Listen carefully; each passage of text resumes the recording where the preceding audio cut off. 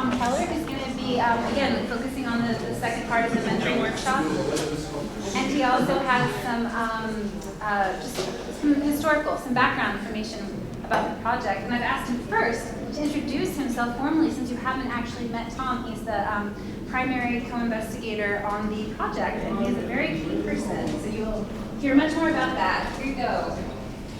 So, my name is Tom, and I am the Duncan and Cindy Campbell Professor in the School of Social Work and the Associate Dean for Research and Sponsored Projects in Social Work, and Director of the Center for Interdisciplinary Mentoring Research. And that's how we came to be here.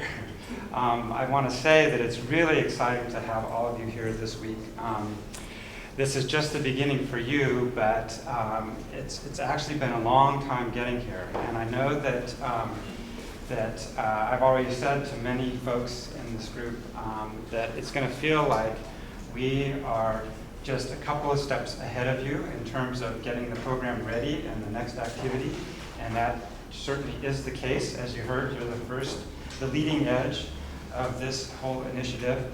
And we are laying the tracks even as we're getting the train down the road. But it's actually been 2.5 years to get to this point. I didn't have time to call up the original email that Carlos said, hey, NIH just put out this request for proposals. It's a training grant, or it's a planning grant. Maybe we should apply for that. That was in January of 2013. Carlos had been running an NIH-funded Bridges to Baccalaureate program. Have any of you participated in that? Okay, we've got some folks who are familiar with that. That is a program that supported high school students in making the transition to college and in the health-related fields. So he had a background in doing this kind of work. And he contacted me and said, maybe we should go for this planning grant. And I said, let's do it. And so we submitted that about 2 years ago, in June of 2013. Carlos and I and Kay Logan and Cindy Morris, our colleague from OHSU, put in a planning grant. And we might ask, why did they have a planning grant? Well, NIH knew that these sites, these build sites, were going to be so large and complicated that we would need 6 months just to figure out how to put together their proposal. So we were fortunate enough to get the planning grant, which meant that we had some time to prepare the full proposal for Build EXITO. And we got the planning grant in September of 2013. And we didn't get the RFP, the request for proposals, for the Build project until December. So they gave us money for 3 months where we couldn't do anything because we didn't know those parameters that we would be writing to. Finally, we got that, and we had 3 months to put together the proposal, which was due April 1st, 2014. So that's when we had the planning grant, we were able to pull in people like Dawn and Eve and others, and so many people to be part of this larger initiative and make the contacts with all of the partner institutions. It gave us the opportunity for Carlos to fly out to Guam and Northern Mariana to develop partnerships in those places, and Alaska and all the others. So it was a massive effort to pull this all together. And the last month we were writing around the clock because the narrative part of this, there were 5 cores, and it was 12 pages per core, single-space pages. So 60 pages to talk about what we were planning to do. But then there was so much supporting documentation that the final proposal ended up being 1,570 pages. Yeah. So it was literally stacked this big, that big, and they needed 5 copies of each. So that last day was just madness, in trying to assemble everything, get the final drafts all ready, make the copies. It ended up being 150-pound box that we had to deliver to Federal Express, right? And it was last minute. You know, we found out the last moment when the trucks were leaving Portland, and I had to run down to FedEx and say, wait, there's a big package coming, don't leave. And they, you know, had to find a van to cart this over to FedEx, and I stayed and watched them, you know, drive away. And then I called and told Kay in a really dejected voice, we missed it. Just remember, it was April 1st, right? So that was the most wicked April Fool's joke I ever played on. I was afraid she had just fallen down on the floor after doing that. But anyway, we're still close. And then it got funded September 2014. So less than a year ago, we learned that we had received the proposal. We didn't get the money until about December. It wasn't until April 1st this year that we got Desha on board as the project manager. And of course, now we're here doing the orientation. So there's been a lot of work to get to this point. I'm sure because Dawn's done such an excellent job, it shows. But we hope to pull everything together so that even as the first cohort, you have a wonderful experience in the program. So a big piece of the EXITO program is mentoring. And that's why, as part of the Center for Interdisciplinary Mentoring Research, that's really the home of EXITO.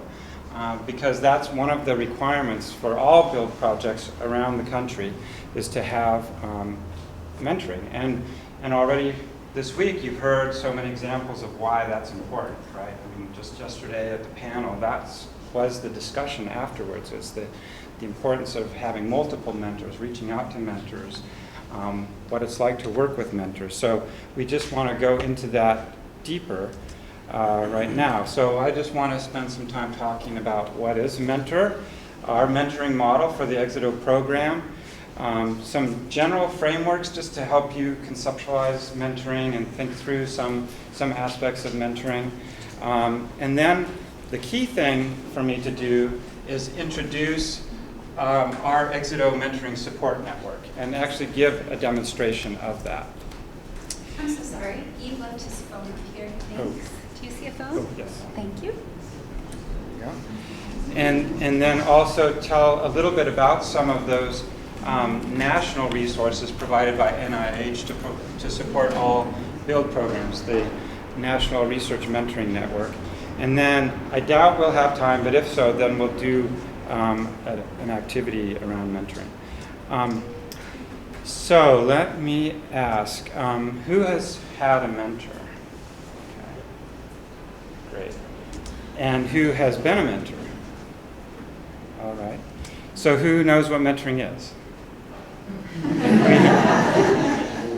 It's a widely used term, right? I mean, it can mean a lot of things to a lot of people. So it may be vague. I mean, we may have ideas based just on our own experiences of being or receiving mentoring. So again, we want to do what Eve was just talking about, is step back, analyze our experience a little bit, think about it from a new perspective, get to the heart of what it is, and think about what it can be and how it should be used. So let me just ask you to take a couple of moments to write out on a piece of paper as many ideas for ending this sentence as you can think of. A mentor is like, and give some other roles of people, like people in your life that you know about. What is it? Is it, how to use a metaphor, right? A mentor is like, what other kind of person?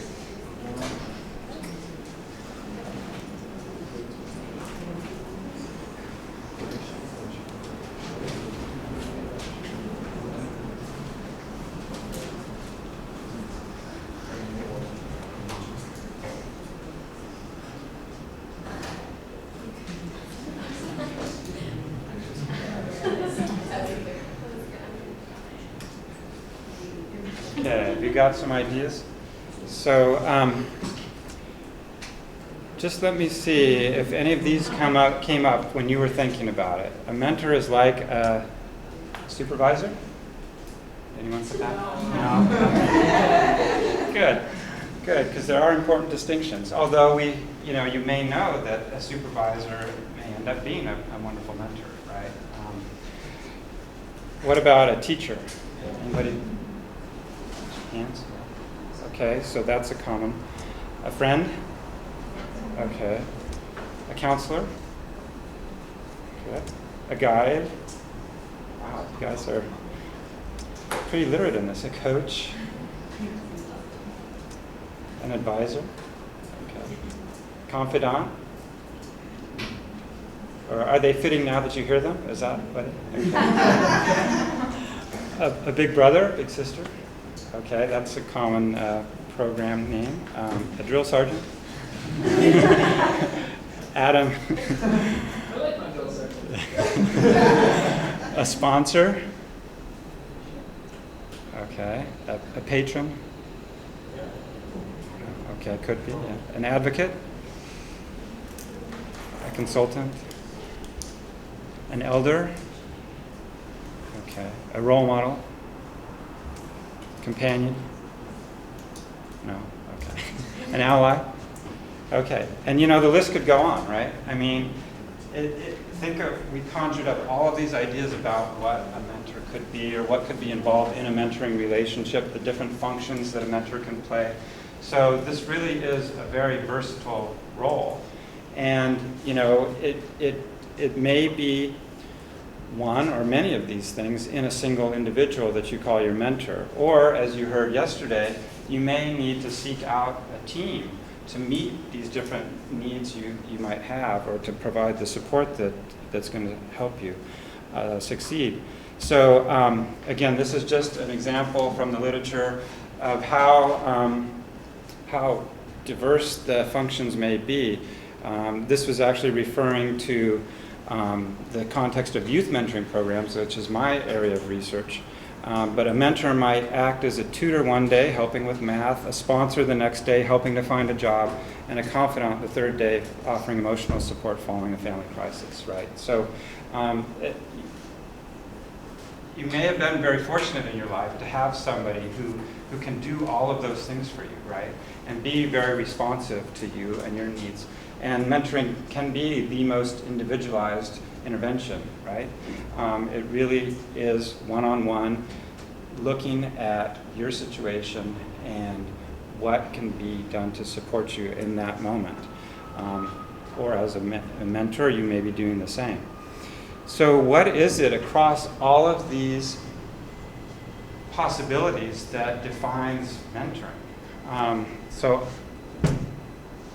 we may get now a little bit more technical, or give you some language to think about these things. So a primary distinction in terms of the field of mentoring and mentoring research is this idea of informal or natural mentoring. So many of you already have those connections that have grown up with teachers and coaches and neighbors and relatives and others that have played this kind of role for you and supported you. So they are relationships that come out of your existing social network. And then there are formal or program mentoring relationships where it's a little bit artificial, right? That there is a match being created, a relationship like a blind date, right? Being put together to provide support. So a lot of the youth programs are like that. Parents come forward and say, my son or my daughter could use a mentor, and so they try to make that match. So in EXITO, we're trying to blend those, a combination of helping you identify those people in your existing social network that can provide support and help you with the skills and the tools to reach out to them and sort of transform those into helpful mentoring relationships. But we are also thinking about, as a program, running a mentoring program and making those matches, making those connections, and introducing you to an official mentor. And again, there are so many different reasons why you might have a mentor, and programs, when they're thinking about their goals and their approach, have to consider a lot of these things. What is the real purpose? What are we trying to accomplish with this new mentoring relationship we're introducing? Where is this mentoring going to take place? Is it going to be at a certain site? Is it going to be flexible out in the community? How long is this relationship going to last? Is it going to be one-on-one, or is it going to be in a group with a team? How is it going to work? So in our model, you've probably seen this, right? We have proposed at least 3 mentors for each scholar. And it may be, again, more than that as you reach out to your own networks and create more informal relationships. But even within these types of mentoring, there might be a sequence of you're accumulating mentors as you go along, because there might be a peer mentor for folks in a FRINC, one of these freshman inquiry classes at PSU. We're adding some additional mentors into that classroom setting, so they act as kind of like friendly TAs, right?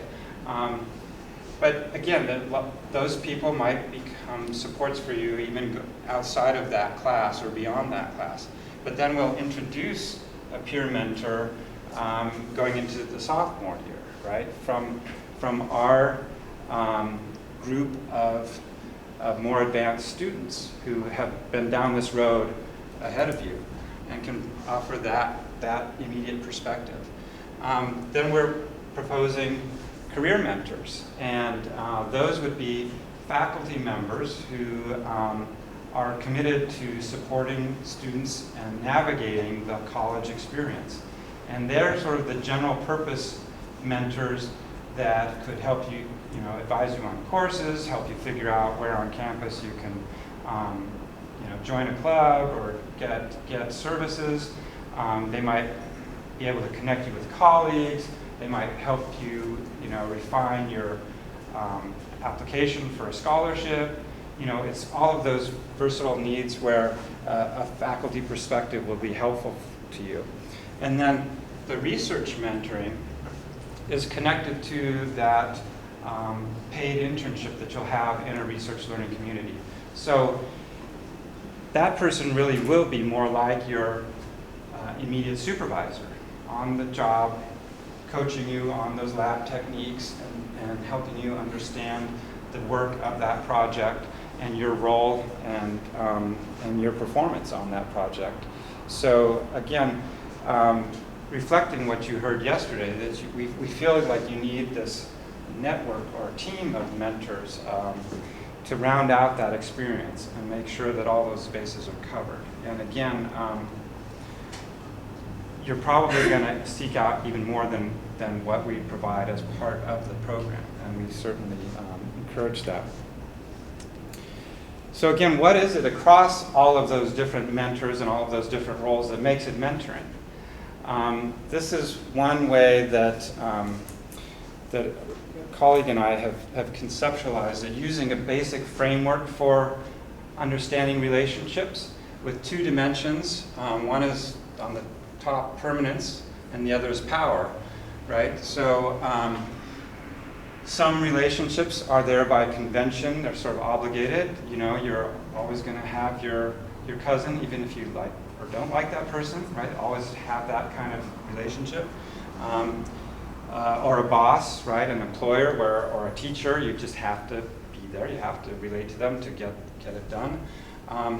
But then there are also relationships that are voluntary, where you're just coming together with another person as long as it's mutually beneficial, and as long as you want to be in that relationship. And so then on the power dimension, again, sometimes it's somebody who power is represented in terms of knowledge, experiences, resource, whatever it may be that distinguishes on that dimension. So in some cases, there's unequal power, like with an adult and a child, or a boss and a worker. And sometimes it's on that same plane where you're peers, right? So our contention is that we tend to be familiar with a couple of these arrangements. The vertical relationships, which are kind of like authority relationships, right? Like a parent and a child, or a boss and an employee, where again, you're sort of stuck in that relationship. It's going to be there. And there's that power differential. And then we're also very familiar with the horizontal relationships, right? Where you have friends, you have peers, you have partners, who are sort of like in your same space. And again, they come and they go as you want. Mentors sort of have this difficult balancing act, right? Of being a unique relationship, a hybrid relationship that combines both of those, right? Because it should be a voluntary relationship where it's mutually beneficial, that the mentee is being engaged because the activities are interesting or valuable, and the mentee is, seeking that out.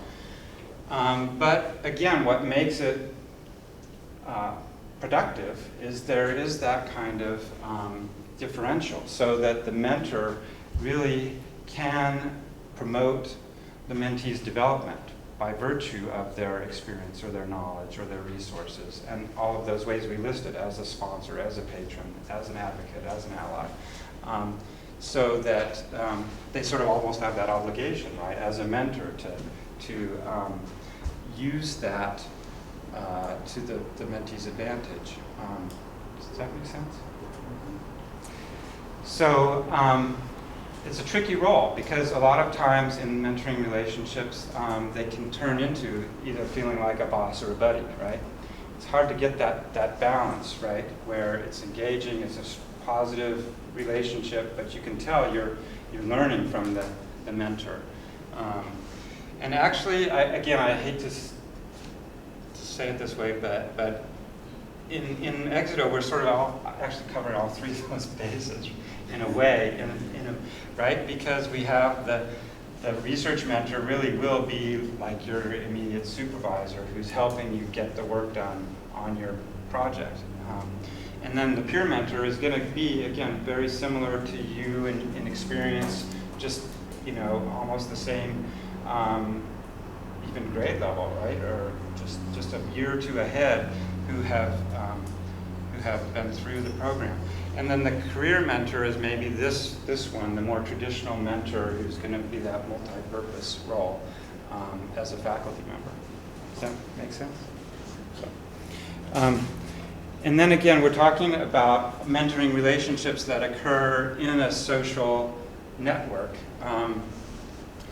where you're a scholar and you already have a lot of relationships with peer groups and communities and professors, and the mentor also has a community with funders and collaborators and other students and research colleagues, and then EXITO staff is sort of, again, helping to create this relationship, and is going to be checking in and trying to make sure everything goes smoothly. That's Kay, who's going to be our primary mentoring coordinator.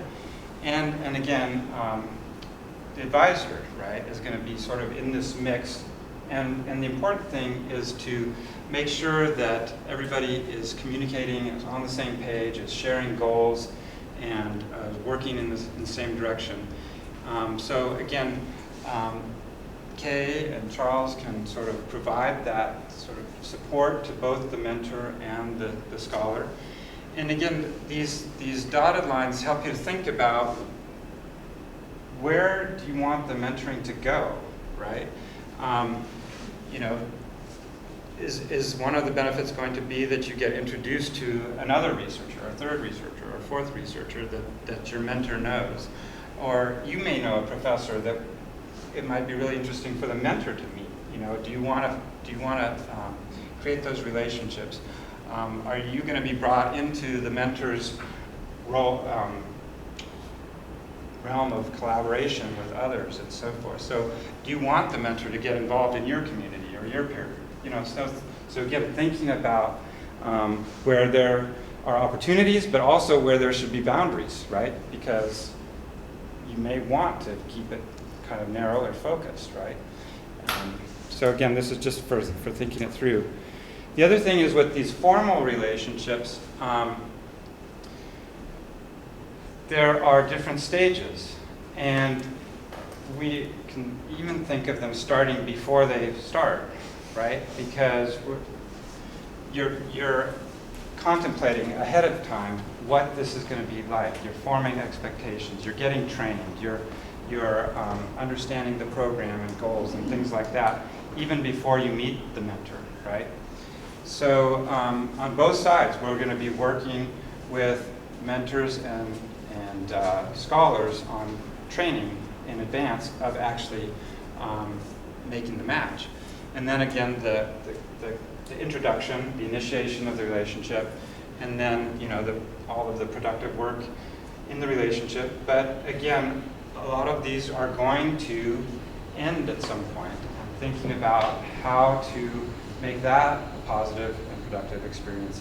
And maybe it's just a matter of redefining them, that you will still have this person for future letters of reference and other ways of checking in over time. So again, thinking through the whole relationship. And the key thing is, in a program, there are things that we can do at each stage to make sure it goes well or to support it. In terms of our screening and matching process, in terms of our training, in terms of the ongoing support that we can offer to resolve any problems that might come up. So that's a key thing that is important in this kind of research mentoring space, where there has been a lot of attention on training mentors and matching mentors, but after that, everybody's kind of on their own, right? And so what we want to do in this program is, again, take lessons from other mentoring programs which have shown the importance of having consistent support and follow-up to make sure that the relationship is developing positively and is accomplishing what everybody wants. So what we're doing for this program is the EXITO Mentoring Support Network. So this is an online performance monitoring and learning network. We're actually contracting with this service that has been in operation for many years now, and has many mentoring programs that use this tool as a way of staying in contact with the mentoring relationships, the participants in those programs, and creating sort of a virtual community for sharing and learning. And so we will have a network for scholars, and then we'll have a separate network for mentors. And again, Kay will be working on this and coordinating this, and it's a way, using this tool, to stay in touch with all of you across all 10 campuses.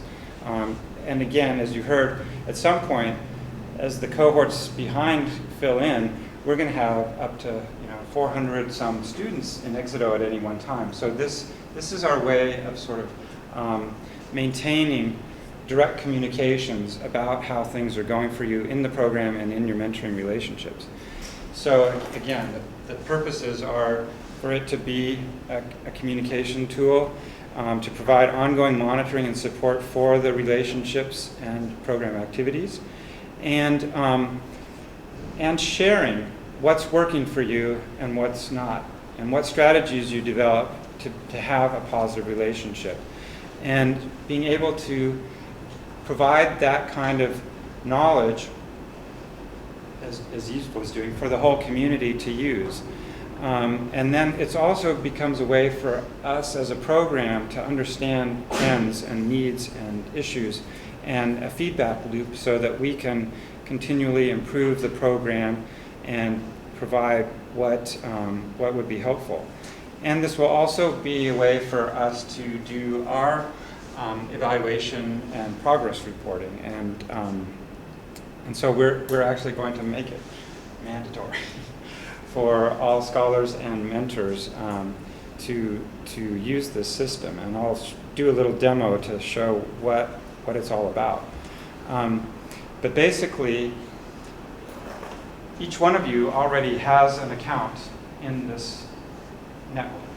We filled in your names and your email addresses, and as time goes on, we will develop an individual profile for you, which means which campus where you are located, what major you're in, what year you're in school, a variety of things like that that are relevant to the program and to the matching process with mentors.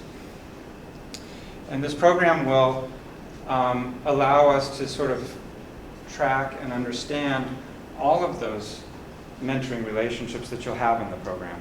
The research mentor, the career mentor, the peer mentor, there will be each of those in your account. And you'll have this continuing access to the logs that you'll be asked to fill out. So that's the key part of it, right? So every 2 weeks, you will be prompted by email or by text to log in to the account, and the email will contain a link, so you go right to it, and it'll share your password and everything. So it's easy. You can just go from the email right to the site and log in. There will be a page for announcements and updates about the program, news flashes, and each of the individual partner institutions can have their own space to list what's happening on that campus. Like maybe there's going to be a speaker, or maybe you're going to have a social event or something like that. So it can be sort of serve as a calendar for your local site, as well as our whole project altogether. And then each time you log in, there will be a different set of questions for you to ask or to answer. Some questions might remain the same across. Like we might always ask, like, how many times did you see your mentor in the past 2 weeks? So there might be some questions that repeat, but a lot of them will be new questions that are relevant to things that are happening in the program at the time. And again, because of that profile, we can direct certain questions just to the folks at Clackamas Community College. So if the coordinator at Clackamas has a certain set of questions, just students there will get those questions. Or in Alaska, a different set of questions. Or just for biology majors, we want to ask a separate questions. So there's a lot of flexibility in who gets these customized questions. In each log, so after that set of questions, in each log there's a standard question, which is, have you come up with a new strategy that helped you to overcome a challenge in your mentoring relationship or to achieve a goal?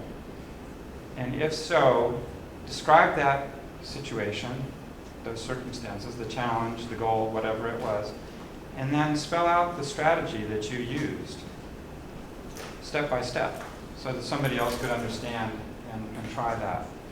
So again, maybe it's that my mentor never responds to my emails, but I realized that my mentor likes to go to lunch at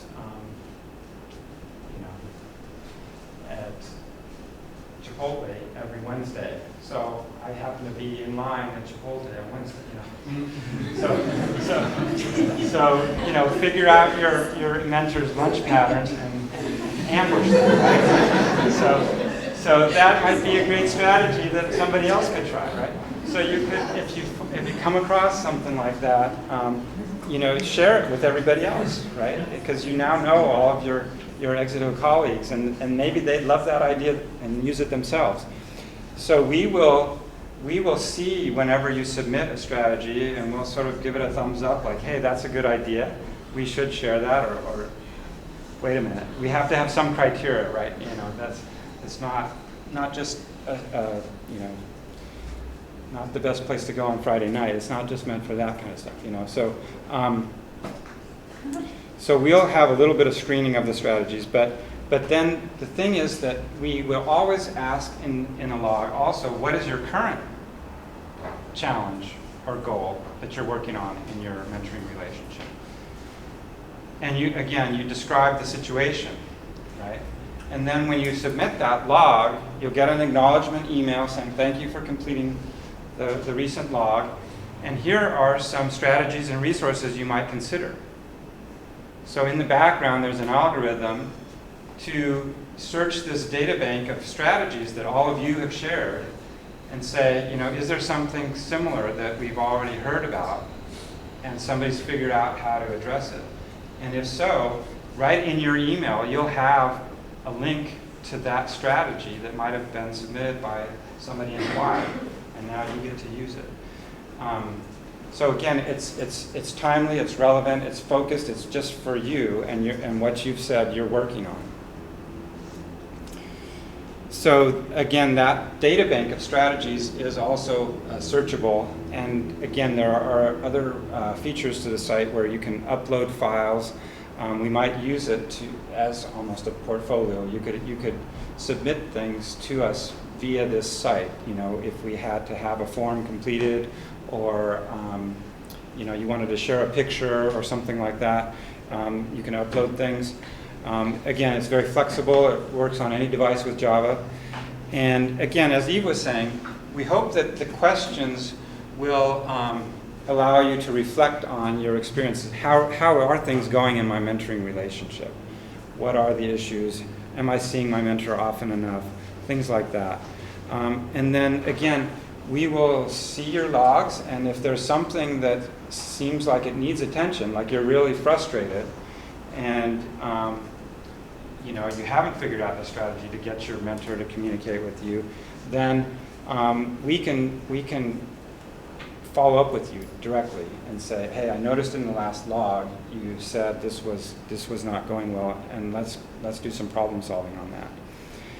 And again, it's a way to share what you've learned with others in this group, and also as we're going to be framing questions that allow us to understand what's working well and what we could be doing better. So if we notice trends, if we notice that everybody has the same kind of questions or concerns, then we can provide some training, or we can provide some kind of, we can respond to that.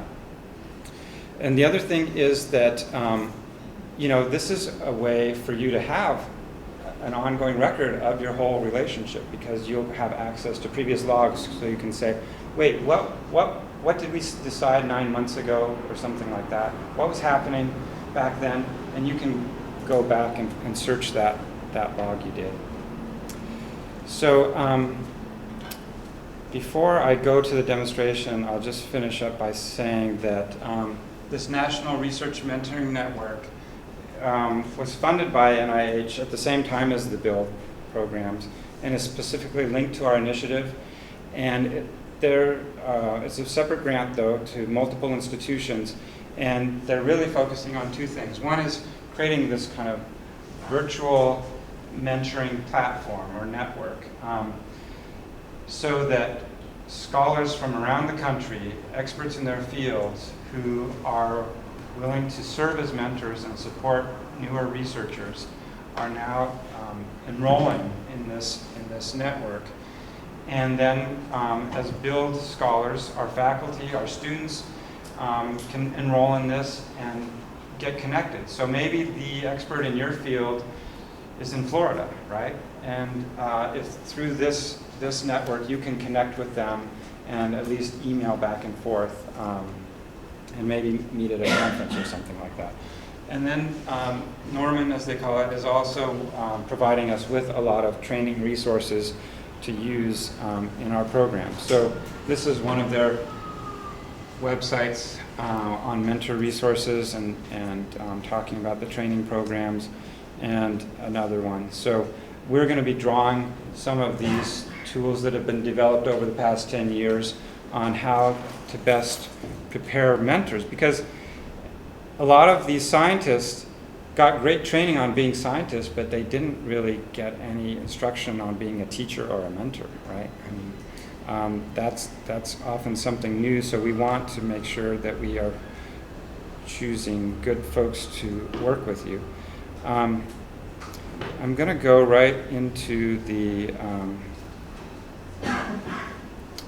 the site. So this is, again, you would get in your email a link to this website. And I'm going to use, like I said, you've already got accounts set up here. So I'm going to use Becca's. So it's just going to be her.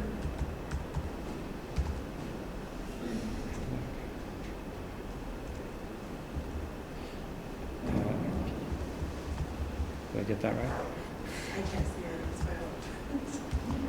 Looks good to me. Hopefully that'll let us in. Oh, I should have. I got ahead of it, right? I'm going to go back to that homepage.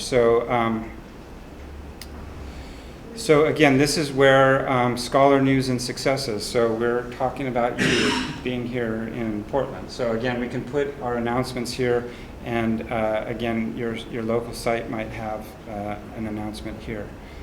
So.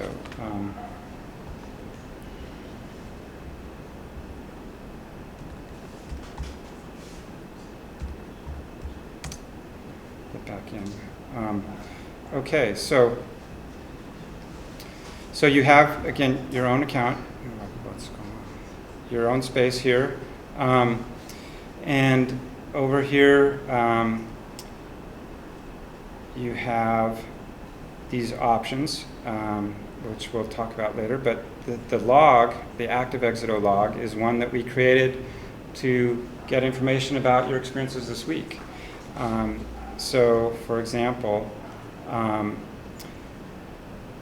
you would say which institution you are. Of course, this is already preloaded for your school. And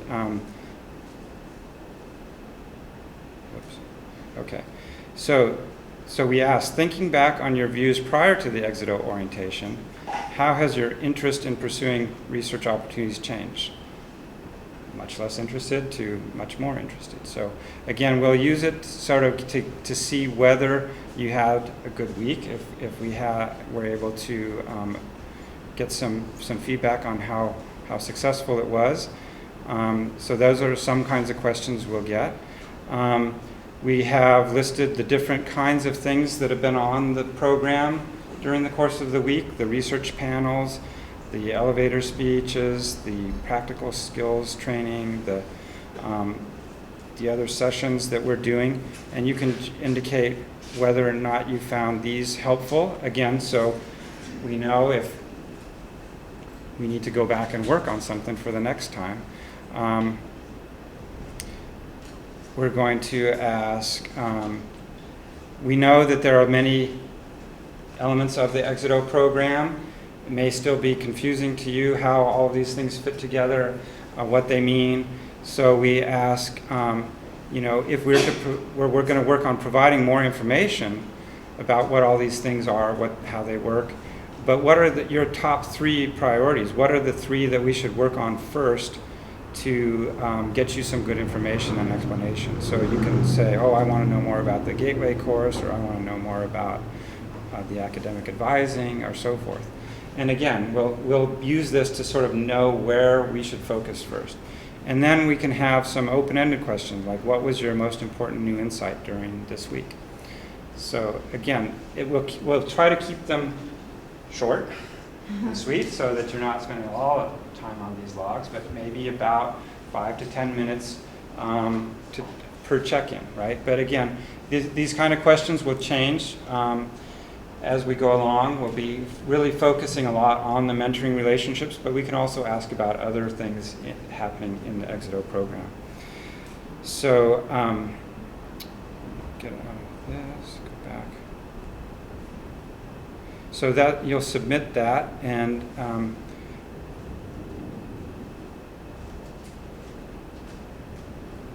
it'll get recorded, and let me just go back here to Rebecca's space. So then, as after that log is submitted, there won't be any strategies coming back for the first few months, because we need to collect the strategies from you, right? I mean, so we're going to spend the first 5 or 6 months asking you for strategies about certain things, and again, creating that data bank, and at some point when we feel like there's enough to share, then you'll start getting the feedback as soon as you submit your log.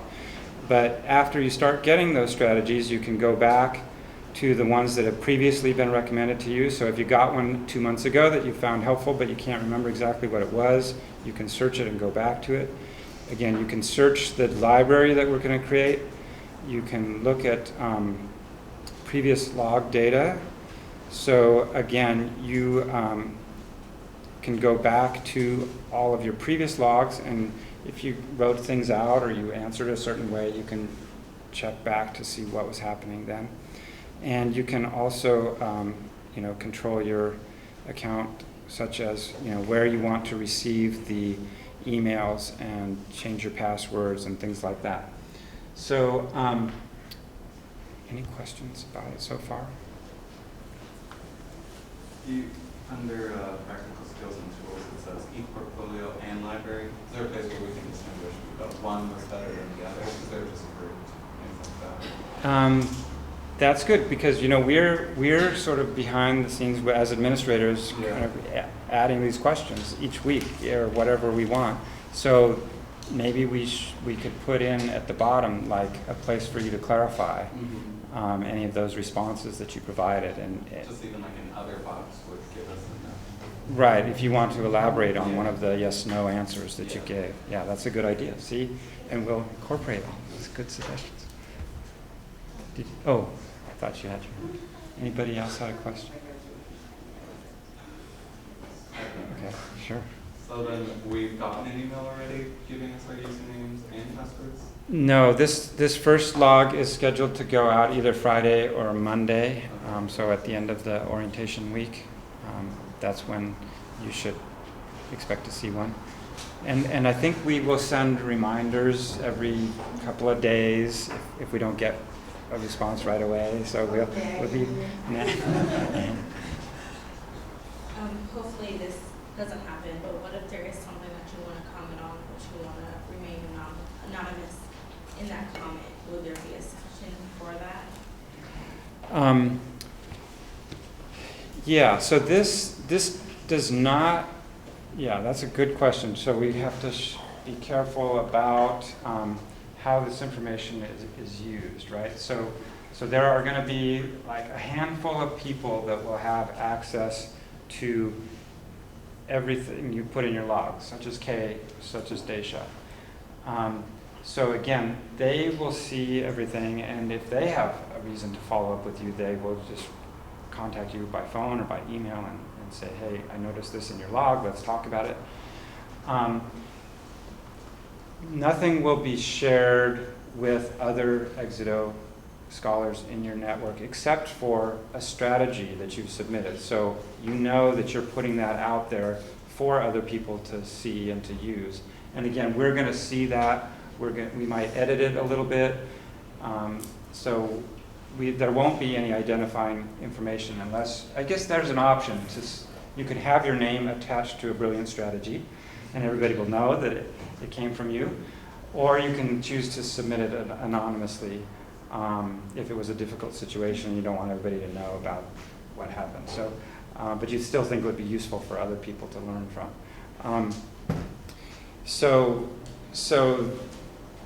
No, those questions, like those insights, that last one where you would actually write in what was your biggest insight this week, or we might always have, maybe we should have a standard one like, is there anything you want us to know about that's happening right now that needs to be addressed, or and you could put it in like that, and we could always look and try to follow up with people who have put something there, but that wouldn't be shared except to people like Kay or Daisha or others who are responsible for the program.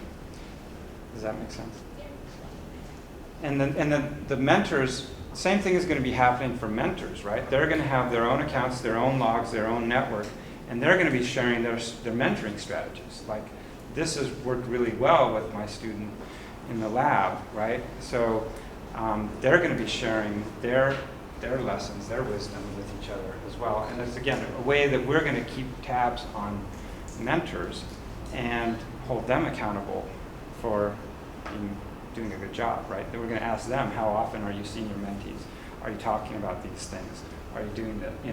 So again, it's a way. It's not a platform for you to communicate with your mentor.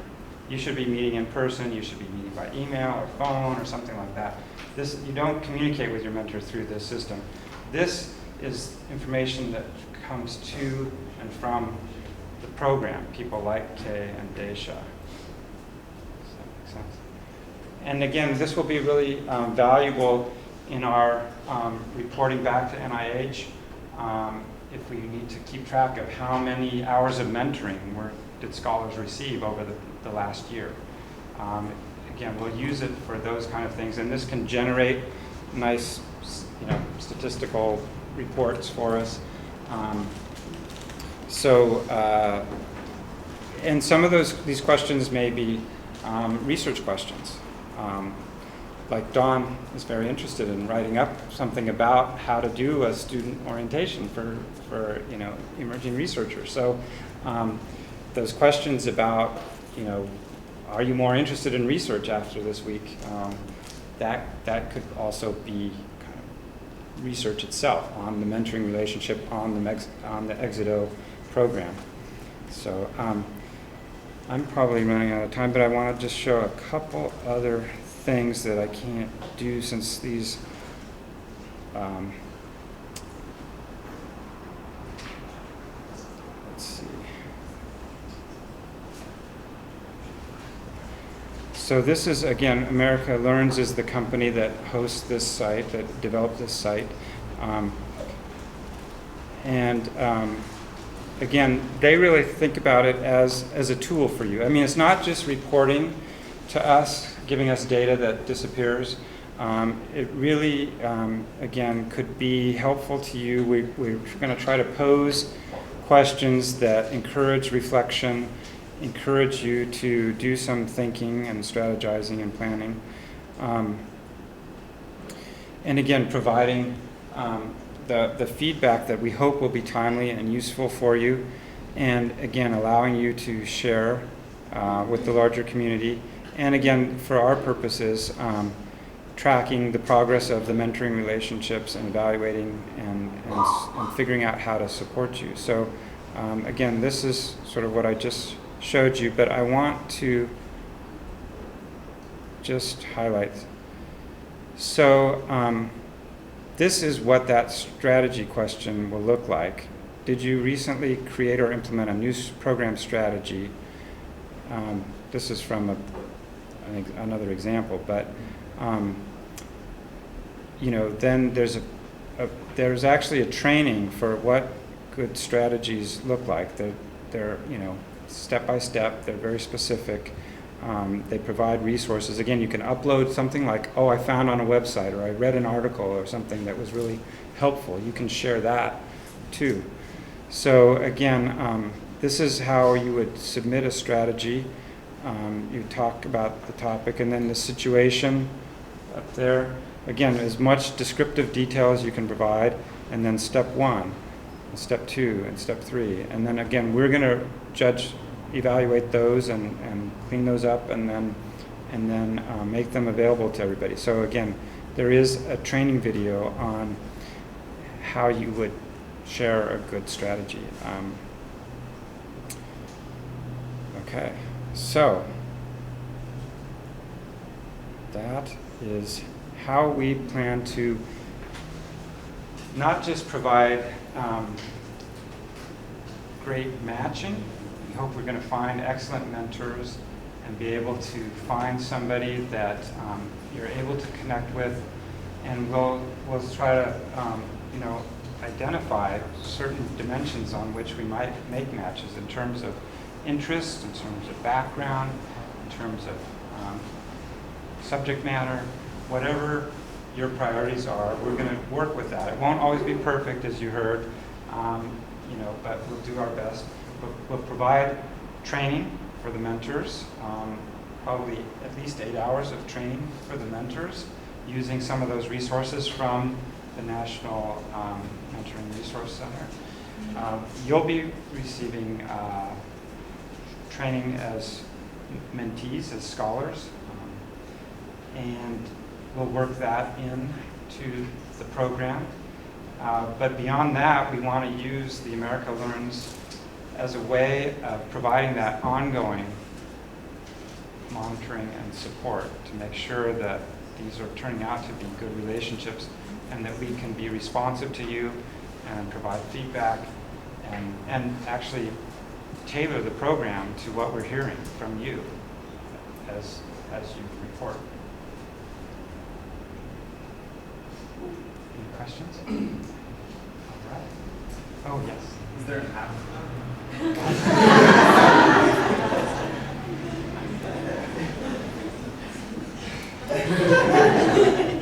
Yeah, that's, if you want to work with us, we'll develop it. So this is actually the folks from the National Research Mentoring Center Network, Norman. They are really excited about this because, again, they focused on training, but they never know what the heck happens in these relationships for real, you know. And so they're very interested in learning about actual experiences in these relationships. What's the good? What's the bad? What do we learn from it? How can we make it better? So this was one of the features of our proposal that was considered innovative and could become a model for the other build sites. If this is a good way for us to maintain contact with everybody in the program, especially when we get to hundreds of scholars across 10 campuses. How can we all stay connected and share with each other and make sure that everything is going smoothly? I was wondering if I could get that original PowerPoint in email. Yeah, sure. I'll get that to Dawn, and she's probably assembling a lot of materials from the week. All right. Did we finish right on time? Oh, yeah. Great. And again, it's so wonderful to have you here. We're really excited after that 2.5 years of getting to this point. This is terrific. So, Good job. Thank you.